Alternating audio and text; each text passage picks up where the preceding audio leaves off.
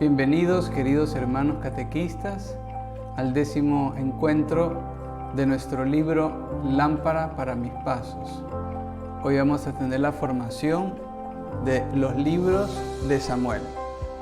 Seguramente has escuchado hablar alguna vez del rey David. Estamos siguiendo el libro. El rey más grande de Israel. ¿Sabes en qué parte de la Biblia se encuentra su historia? En los 2 libros de Samuel. Por esta razón, son libros muy importantes, pues recogen noticias del profeta Samuel, de Saúl, del primer rey de Israel y sobre todo del gran rey David. Vamos a comenzar deshojando el libro, ¿no? en la página 54. Donde nos cuenta primero la historia de Samuel. Samuel es un don. Su madre era estéril. Le insistía al Señor poder tener un hijo, ¿no? Y si lo tuviera, lo daría consagrado totalmente al servicio de Dios. Y un día ella estaba en el templo.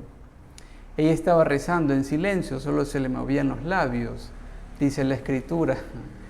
Y Elí, el sacerdote, pensaba incluso que estaba pasada de copas, que estaba ebria, porque solo le veía mover los labios, pero ella estaba llorando interiormente, ¿verdad? Y bueno, hay un pequeño diálogo y Elí le dice que se haga como pides, ¿no? Y efectivamente el Señor le concedió a esta mujer, Ana, tener un hijo. Que luego lo consagró totalmente al servicio de Dios, lo entrega al templo, ¿no?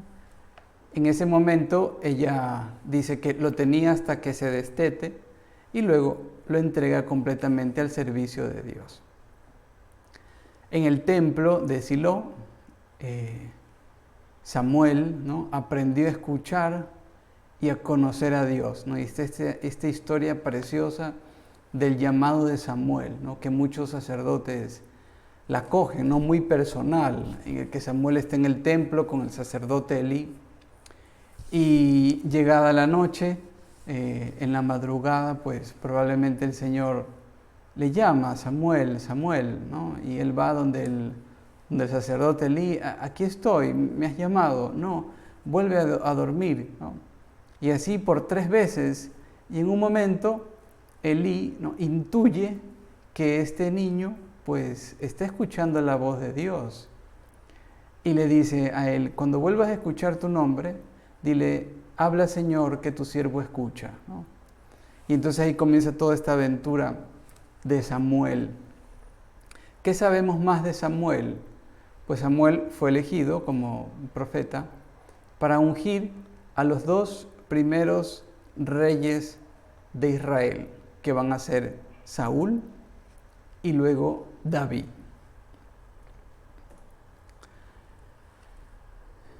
El rey Saúl, ¿no? Hay que saber que el pueblo de Israel había elegido a Dios por rey, ¿no? Había una teocracia. Era Dios el rey directamente del pueblo. Pero como Israel estaba circundado de un montón de pueblos que tenían sus reyes, entonces casi que sintiéndose un poco indefensos, ¿no? Alguien que esté a la cabeza, ¿no? Le piden a Samuel un rey. Queremos un rey. Y claro, Samuel no estaba tan de acuerdo con esto porque en el fondo el rey era Dios, ¿no? Y luego va a contar toda esta historia y cuando pasa lo de Saúl, pues Samuel les va a dar una fuerte crítica al pueblo, ¿no? Pero si su rey era Dios, ustedes eligieron meterse en esto y ahora pues ya ven las consecuencias. El rey Saúl pues es el primer rey de Israel. Dios efectivamente lo elige y lo llenó de sus dones. Samuel lo consagra rey de Israel, ¿no? Pero luego ocurre algunas cosas que hacen que el Espíritu de Dios ya no gobierne toda la vida de Saúl, ¿no? Cuando uno lee la historia, ¿no? de estos comienzos, como el rey Saúl, pues, ¿no? Iba defendiendo, iba batallando, iba conquistando. Y en un momento, pues, junto con su hijo Jonatán, conocen, ¿no? Al rey David, ¿no? Cuando era muchachito. Él sale de la tropa, ¿no? Y va a tener este enfrentamiento con Goliat. Y ahí es cuando Jonatán y el hijo de Saúl y David se hacen prácticamente una sola alma, ¿no? Una amistad fortísima. Y cuando Saúl recibe la orden de Samuel, ¿no? De vamos a conquistar este territorio, pero tienen que acabar con todo, ¿no? Mujeres, niños, hombres, animales, todo. No se quedarán con nada, dice Samuel. El rey Saúl va y él, pues, pensando en su interior, dice, bueno, pues, ¿y por qué no nos quedamos con las mejores, ¿no? Ofrendas, ¿no? Para darle al Señor, los mejores animales? Y él, claro, él decía, bueno, Samuel me dijo algo, la voz de Dios, pero quizá yo le interpreto de otra forma, pero es para ofrecerle al Señor, ¿no? Así como diciendo, no, pero es para una buena causa en el fondo. Y claro, este es para una buena causa, es lo que hizo que el rey Saúl ya comenzara a desobedecer y comenzara toda esta tragedia de su vida, que era que el Señor lo rechace y se arrepienta prácticamente. El pecado de desobediencia, ¿no? En 1 Samuel 15:10 dice el Señor, me pesa haber elegido a Saúl como rey. Y en 1 Samuel 15:22 le dice Samuel, ciertamente obedecer es mejor que los sacrificios, ¿no? Saúl tenía que obedecer la voz de Dios a través del profeta Samuel. Pero él de alguna manera interpreta, quedándose con lo mejor, dice, pero sí, pero para ofrecerlo al Señor, pero en el fondo es ese meter nuestro criterio por encima, ¿no? Aquí soy yo el que dicta las reglas, Dios dice una cosa, la iglesia dice otra, pero a mí me parece que... Y Samuel sale con esta frase tajante, directa y muy preciosa, que les dice, ciertamente obedecer es mejor que los sacrificios. Precioso esto de aquí. Y el pecado de hechicería, pues que después, siendo rechazado por Dios, quiere insistir, ¿no? Insistir en saber cuál es la voluntad de Dios, ¿no? ¿Qué me va a pasar? ¿Qué va a hacer de esto? Y va donde una hechicera, camuflado, no se hace notar que es el rey, y le dice, invócame a tal persona, ¿no? Y entonces le invoca a Samuel. Y claro, esta hechicera después le descubre, porque al invocar a Samuel se da cuenta que era el rey. Y entonces le dice, ¿por qué me has hecho esto, no? Y entonces Samuel le dice, ¿por qué no me dejas en paz, no? El Señor pues ya ha terminado el trato, ¿no? La desobediencia y la hechicería, que son dos pecados que no quedaron hace muchos años, hace muchos siglos, sino son pecados de la actualidad. La desobediencia y la hechicería. No tratar de que Dios se acomode a lo que yo quiero, a lo que yo pienso, sino yo acomodarme a la voluntad de Dios, ¿no? Y la hechicería que está regada por todo el mundo, por todos nuestros pueblos, por toda nuestra diócesis, lamentablemente, ¿no? En ese acto de desesperación, de buscar por mis propias manos la voluntad de Dios, descubrir pero en el fondo no descubrimos a Dios a través de la hechicería, no descubrimos su voluntad. Al contrario, podemos hacer un pacto con el demonio sin querer queriendo, ¿no? Luego está el rey David, ¿no? En estos libros de Samuel aparece la llamada del rey David, que en el fondo es el más importante de toda la historia de Israel, escogido siendo el más pequeño de sus hermanos. Cuando ustedes van a la Biblia y ven la elección del rey David, ¿no? Cuando era todavía una criatura, ¿no? Samuel, guiado por Dios, va donde Jesé y le dice, a uno de los hijos de Jesé, al que yo te indique, a ese has de ungir. Entonces Samuel pues ve al más grande y dice, seguramente que a este es. Y el Señor le dice, no, este no es. Al otro, ¿no? Y pasan todos los hijos de Jesé. Pero el Señor dice, no, dice, mira Samuel, no te dejes llevar de las apariencias, porque el hombre juzga siempre así, ¿no? A partir de las apariencias.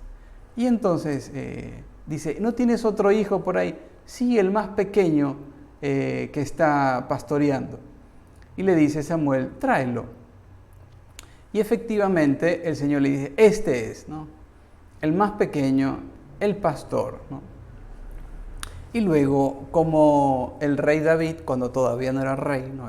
Era todavía dentro de las tropas del rey Saúl, ¿no? Sale, ¿no? Con esta valentía contra Goliat, ¿no? Siendo muy joven, sale entre las tropas, amenazado por Goliat, diciendo, a ver, aquí uno de los tuyos ¿no? que salga a defender, y él sale poniendo toda su confianza en el Señor, ¿no? Aquí tú vienes con cosas, yo vengo con el Señor de los ejércitos, ¿no? Con esa confianza de saberse, de pertenecer al Dios verdadero.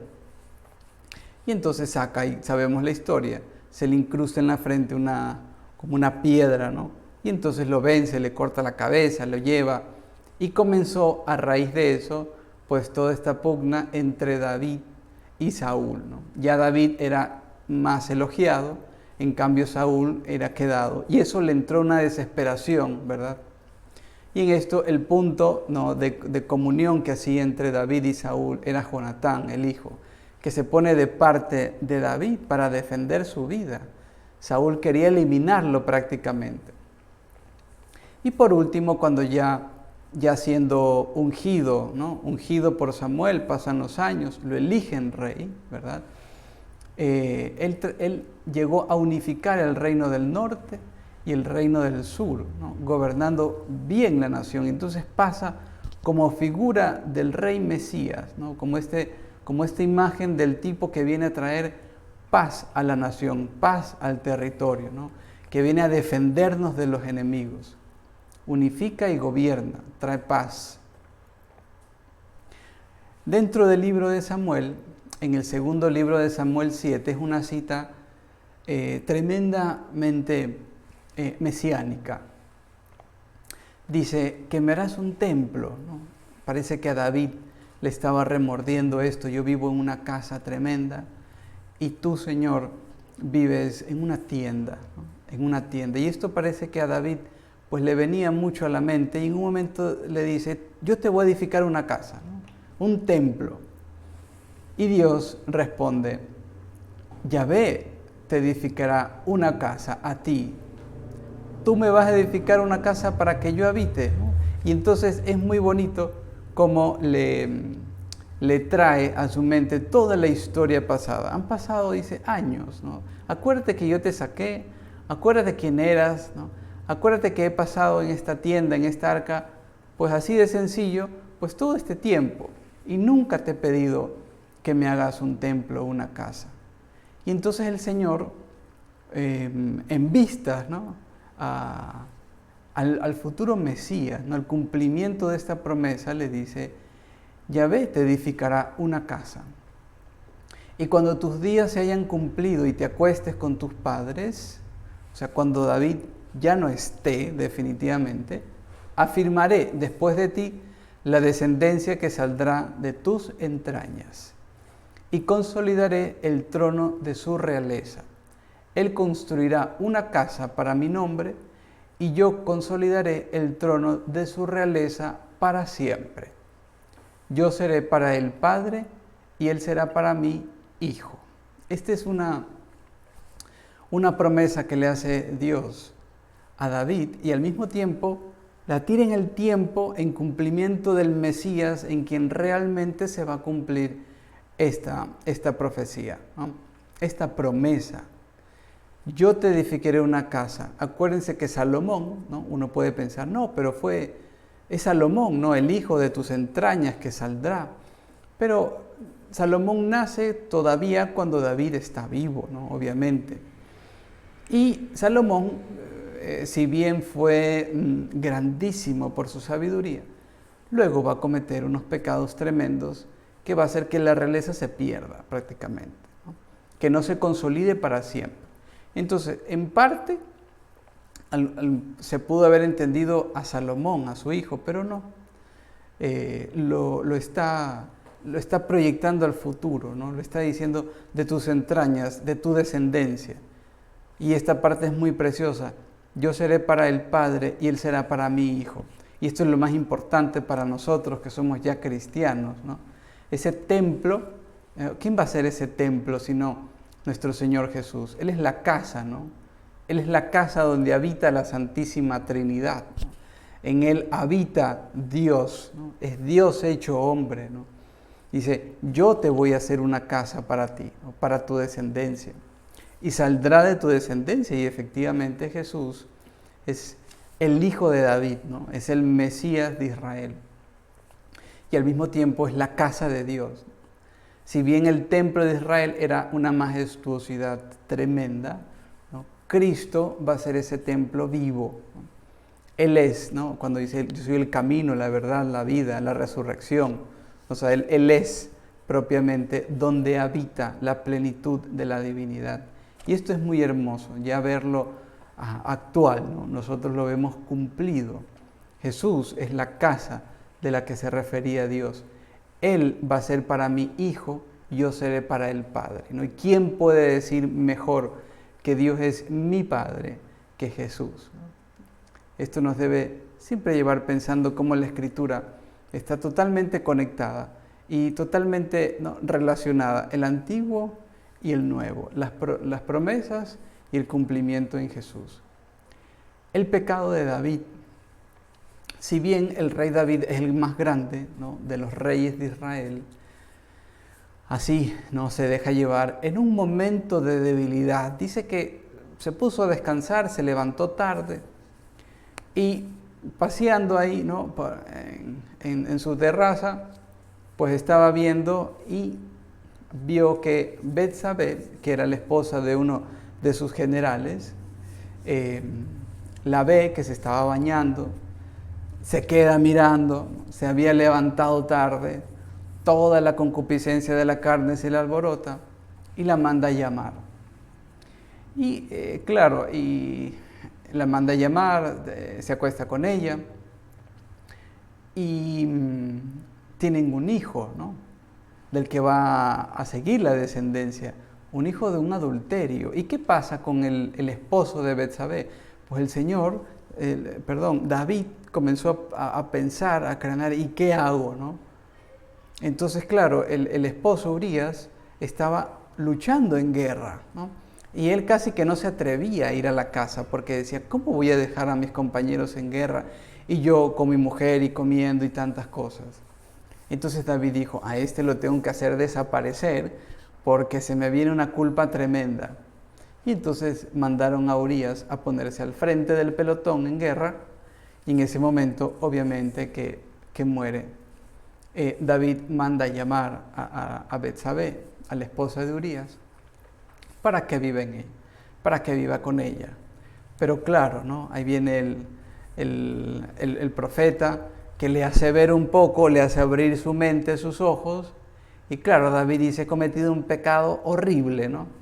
No solo de adulterio, sino de homicidio, y eso lo va a cargar profundamente. ¿Qué va a pasar?